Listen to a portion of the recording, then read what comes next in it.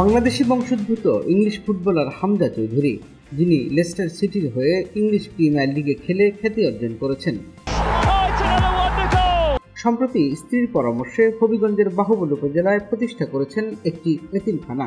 প্রতিবেদনে আমরা জানব এই মহৎ উদ্যোগের পেছনের গল্প। হামজা চৌধুরীর মা রাফিয়া চৌধুরী বাংলাদেশি এবং বাবা গ্রেনাডিয়ান। তবে বাবার সঙ্গে মায়ের বিবাহ বিচ্ছেদের পর তিনি মায়ের কাছে বড় হয়েছেন এবং বাংলাদেশের সংস্কৃতি ও ধর্মীয় মূল্যবোধে বেড়ে উঠেছেন।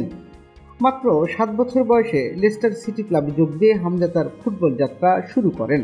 টানা 20 বছর ধরে তিনি এই ক্লাবে খেলছেন এবং আন্তর্জাতিক অঙ্গনে সুনাম অর্জন করেছেন। হামজার স্ত্রী ক্রিস্টি লিন্ডসে একজন স্কটিশ বংশোদ্ভূত ব্রিটিশ নাগরিক। তিনি ইসলাম ধর্ম গ্রহণ করেছেন এবং হামজার সঙ্গে বিবাহ বন্ধনে আবদ্ধ হয়েছেন।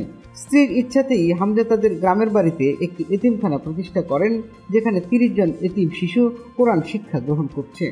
এতিমখানায় শিশুদের জন্য কোরআন শিক্ষা, সাধারণ শিক্ষা এবং খেলাধুলার ব্যবস্থা রয়েছে।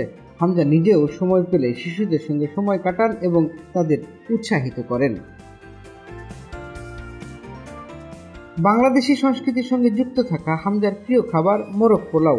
তিনি পরিবারের সঙ্গে সময় কাটাতে এবং বাংলাদেশের ঐতিহ্যবাহী খাবার উপভোগ করতে ভালোবাসেন। হামজা চৌধুরীর এই মহৎ উদ্যোগ সমাজে ইতিবাচক প্রভাব ফেলেছে। তার এই প্রচেষ্টা আমাদের সকলের জন্য অনুপ্রেরণা। রুটুল রহমান, খবর সংযোগ।